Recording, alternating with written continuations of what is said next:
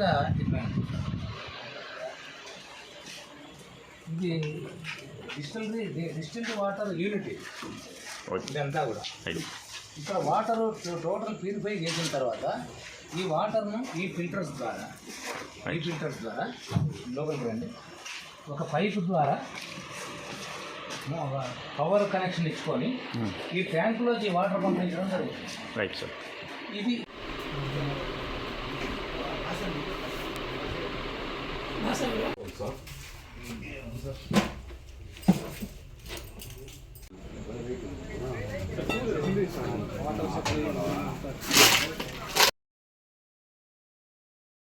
Hi అండి, hello, నమస్తే. నేను మీ జర్నలిస్ట్ గోపిని.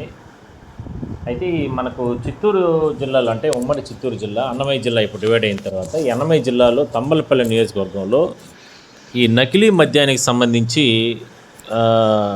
పెద్ద ఎత్తున ఆరోపణలు అయితే వస్తున్నాయి. ఇందులో కొంతమంది ప్రజాప్రతినిధుల పేర్లు కూడా ఉన్నాయంటూ కూడా చెప్తున్నారు. అయితే దీంట్లో ఇప్పటికే కొంతమందిని అరెస్ట్ చేయడం జరిగింది. ఆ వివరాలు మీకు నేను చెప్తాను. తంబలపల్లి నియోజకవర్గం మొలకలు చెరువు మండలం కేంద్రంగా పెద్ద ఎత్తున నకిలీ మద్యాన్ని అధికారులు స్వాధీనం చేసుకోవడం జరిగింది.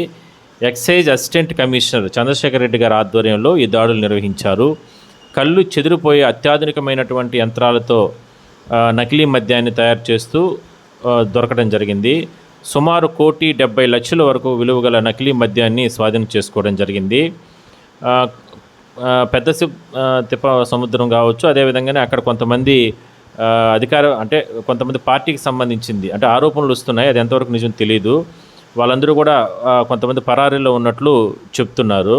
అక్రమంగా తయారు చేసినటువంటి కల్తీ మద్యాన్ని ఏదైతే ఒక వ్యక్తి అంటే కొంతమంది దుండగులు అంటే వీళ్ళు అక్కడ నుంచి కూడా పెద్ద ఎత్తున అంటే ఫోన్పేకి సంబంధించి, గూగుల్ పేకి సంబంధించి ఇవన్నీ కూడా వ్యవహారాలు నడిపినట్లు కూడా తెలుస్తోంది.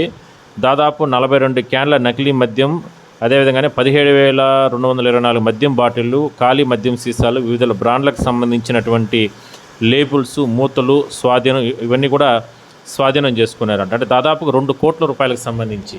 అంటే వీళ్ళేరా అంటే నకిలీ మద్యాన్ని తయారు చేయడము, బెల్ట్ షాపుల వాళ్ళతో కుమ్మక్కయ్యి ఆ బెల్ట్ షాపుల ద్వారా ఈ మద్యాన్నంతా కూడా అందరికీ కూడా అంటే కొనుగోలుదారులకు, మద్యం ప్రియులకు అమ్ముతున్నారు.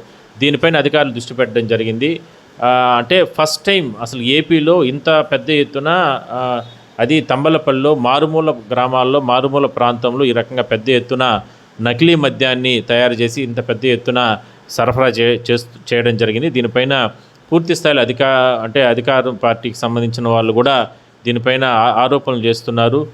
దీనిపైన పూర్తి స్థాయి ఎవరెవరు ఉన్నారంటే పోలీసులకి, ఎక్సైజ్ అధికారులకి ఒక డైరీ దొరికినట్టు చెప్తున్నారు. ఆ డైరీలో చాలామంది పేర్లు ఉన్నట్లు కూడా చెప్తున్నారు. ఫోన్పే, గూగుల్ పే ద్వారా ట్రాన్సాక్షన్ జరిగినట్లు ఇట్లా రకరకాలుగా చెప్తున్నారు. దాదాపుగా ఒక 10-15 బెల్ట్ షాపులకి ఈ మద్యాన్ని తరలిస్తున్నట్లు చెప్తున్నారు.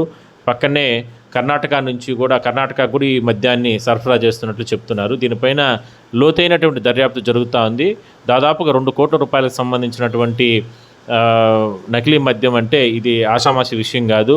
ఆ నకిలీ మద్యాన్ని దూరంగా పెట్టి గతంలో ఉన్న ప్రభుత్వంలో రకరకాలుగా జరిగాయనే ఉద్దేశంతోనే కొత్త మంచి బ్రాండ్లతో ఇప్పుడు మద్యాన్ని ప్రభుత్వం తీసుకొస్తుంటే ఈ రకంగా చేయడం అనేది కరెక్ట్ కాదనే అభిప్రాయం మాత్రం స్థానిక ప్రజలు కూడా అంటే ప్రజల ఆరోగ్యంతో చెలగాటమాడుతున్నటువంటి వీళ్ళపైన కఠిన చర్యలు తీసుకోవాలనేది ప్రధానంగా పెద్ద ఎత్తున డిమాండ్ అయితే వినిపిస్తుంది. చూద్దాం మరి పోలీసు అధికారులు ఎటువంటి చర్యలు తీసుకుంటారు.